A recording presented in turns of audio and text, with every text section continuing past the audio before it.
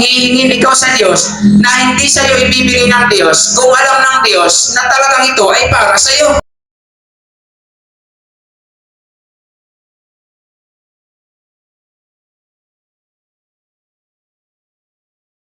Ang umaga po sa lahat, dahil sa ating Panginoon, tayo ay mag-aaral na muli ng salita ng ating Diyos.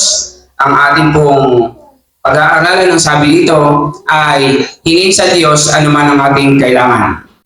Tandaan po natin kung tayo po ay may kailangan sa Panginoon o may kailangan sa ating buhay, kailangan sa Diyos po tayo hihingi. Kung anuman yung kailangan mo sa sarili mo, kung anuman ang iyong kailangan sa pamilya mo, sa tahanan mo, ano man ang kailangan po natin sa ating buhay, hingin daw po natin ito ay sa Diyos. Huwag po tayo kung kanino lamang hihingi. Bakit? Kapag kanino tayo humingi? Dahil kung hihingi lamang po tayo kung kanino, mas lamang po yung bigo. Kalimitan po ay mabibigo tayo kapag hindi po tayo sa Diyos humingi. Kapag humingi ka po sa tao, o humingi ka po sa kapwa mo, o humingi ka po kahit kanino, ano po? Yung iba naman, kalimitan kapag mag-eleksyon ay humihingi po sa mga kandidato. Kailangan po, pag may kailangan tayo, ay sa Diyos po tayo hihingi, hindi kung kanino. Bakit? Dahil kalimitan po niyan, tayo ay mabibigo lamang kapag hindi po tayo sa Diyos humingi. Kaya pag may kailangan po tayo, ay humingi po tayo sa Panginoon.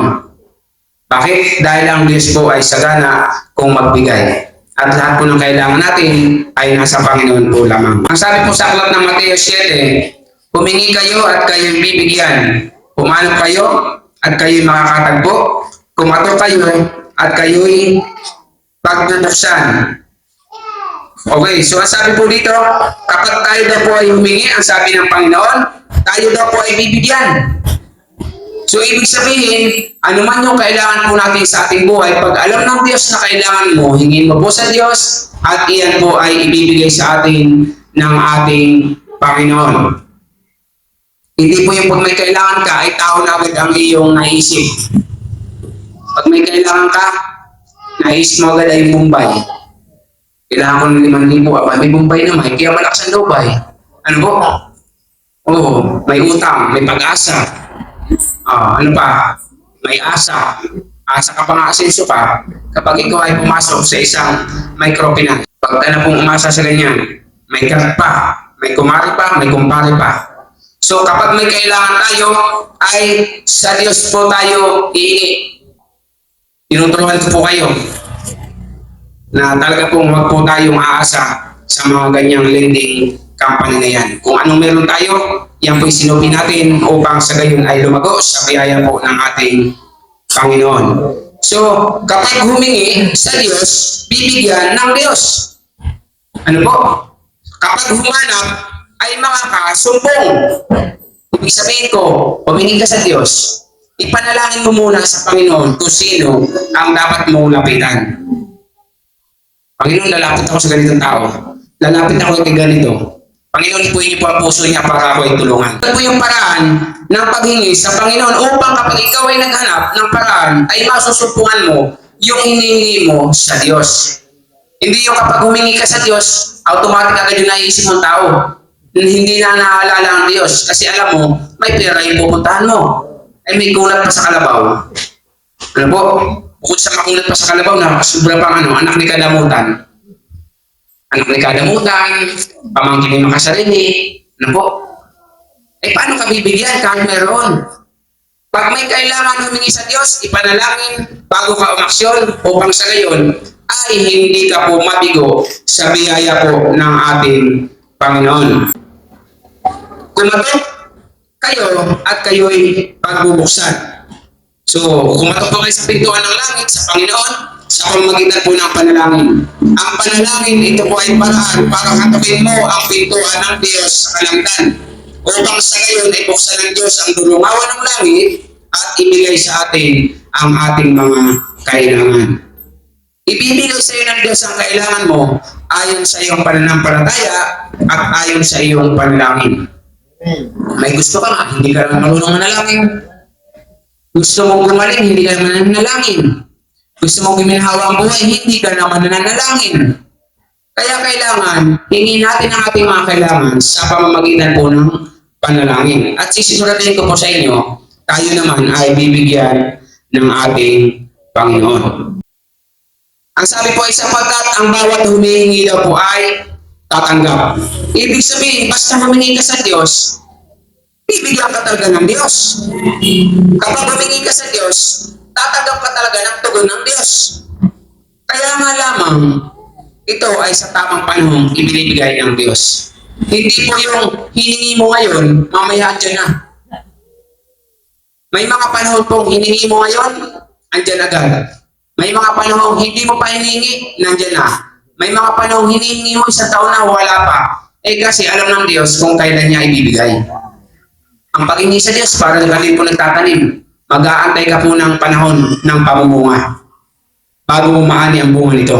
Diligin pa, alagaan, nilinisan, papatabaan. Kaya kapag may hinihingi ka sa Diyos, maghintay ka. Habang naghihintay ka, ipanalangin mo.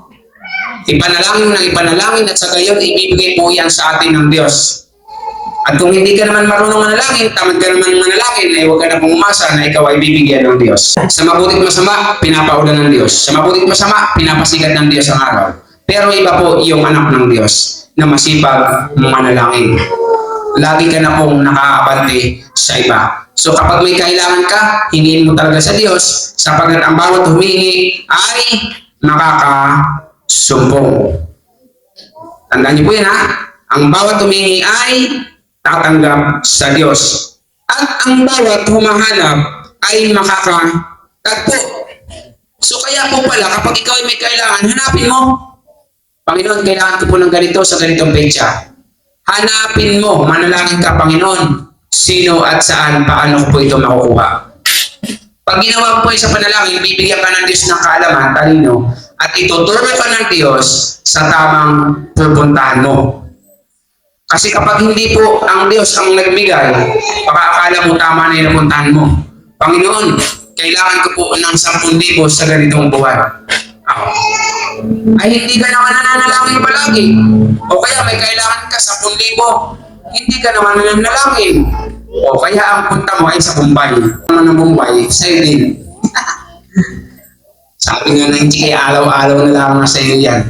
Kahit magtago ka sa ilalim ng katre, ay talaga kay kakatokin ng mga Bombay. Kasi sila utang, kayo dapat magbayad. Pero ang sabi ng Panginoon, kapag humanap ay makasusumpong. So ibig sabihin, kailangan natin ang kailangan natin, kailangan natin ang ating pangailangan. Makakasumpong ka po kapag ikaw ay humahanap sa Diyos. Walang hindi, maniwala po kayo sa akin, walang hindi ibibigay ang Diyos kung tayo lamang ay nagtitiwala po sa Panginoon. Sapagkat malinaw na kapag humanap tayo, ay makatatagpo po tayo. Ang bawat kumakatok ay pagbubuksan. So, sa panalangin mo, kinakatok mo ang pintuan ng langit.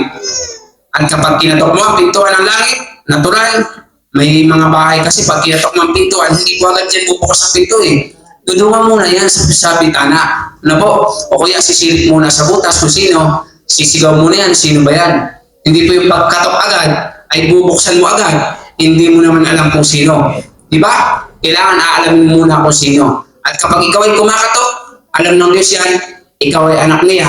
At kapag humingi, alam ng Diyos yan, ibibigay po sa iyo ng Diyos. Kaya napakahalaga humingi sa Diyos upang sa gayon ay bigyan po tayo ng ating Panginoon. At wala pong hihingin ikaw sa Diyos na hindi sa iyo ibibigay ng Diyos kung alam ng Diyos na talagang ito ay para sa iyo. Ay bakit pastor? Alam ko naman nanalangin ay wala pa. Hindi ba't sinabi ko na po sa inyo, ang panalangin at paghingi ay para kang nagtatanim. Baka ang hinihingi mo ay para kang nagtanim po ng kamuting kahoy. Ilan yun? 6 na buwan bago mag-ani. Ay kung ang hinihingi mo sa panalangin ay katumbas ng niyo, 7 hanggang 10 taon ka maghihintay. Pag namunga na may kaya pakupra-kupra ka na lang, pabuko-buko ka na lang, paniyog-niyog ka na lang. Ay kung wala ka po sipag sa paghihintay, hindi mo nilinisan sa pamamagitan ng panalangin, mangangayayat ang iyong niyog, mamumunga ay looy. Wow daw. Matagal mong hinintay, hindi rin pakikinabangan. Kaya ang paglilingkod po sa Panginoon, pasipagang manalangin at patyagaan po sa paglilingkod sa Diyos. Hindi po pwedeng tayong magsasawa. 1, 2, 3, 4, 5, 6, 10 taon, aalis ka na sa paglilingkod. Bakit? Nakakatamad na eh. Bakit? Walang nangyayari ay. Bakit pag umalis ka, may nangyayari ba? May nangyayari ba sa buhay natin pag umalis tayo sa Diyos? Iba lalong wala. Pinapasok ka lamang ng salot sa iyong tahanan. Kapag ikaw ay umalis sa Diyos, sisiguraduhin ko sa iyo, si Kamalasan at si Salot, magkaibigan matalik. Laging magkasama yan. Naghahanap yan ng mga tao na tumalikod sa Panginoon. Pag talikod mo sa Diyos, makikita ka ni Salot. Tatawagin niya si Kamalasan. Diyan na po magsisimula ang dilubyo ng iyong buhay. Pero iba na po kapag nasa Diyos. Hindi yan makakapasok si Salot at saka si Kamalasan. Bakit? Ay may Diyos ka sa buhay mo eh. Takot po sila sa Diyos. Takot sila sa mga taong naglilingkod sa Panginoon. Pero sa mga taong wala sa Diyos, paborito po nila ang puntahan yan. At makikita mo ang ugali, napakasama na. Mas magaspang pa sa liha na pinakamagaspang. At mararamdaman mo talaga kapag ikay umalis sa Diyos, talagang napakahirap po ng buhay. Kaya mahalaga sa isang tao pag nakakilala sa Diyos, huwag na pong umalis sa paglilingkod sa Panginoon dahil maglingkod ka sa hindi, may problema. Iba lang kapag naglilingkod ka sa Diyos, may katulong ka sa iyong problema.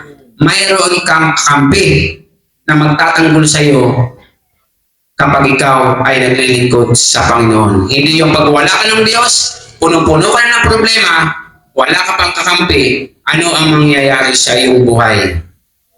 Para ka na pong pinagsakluban ng langit at lupa.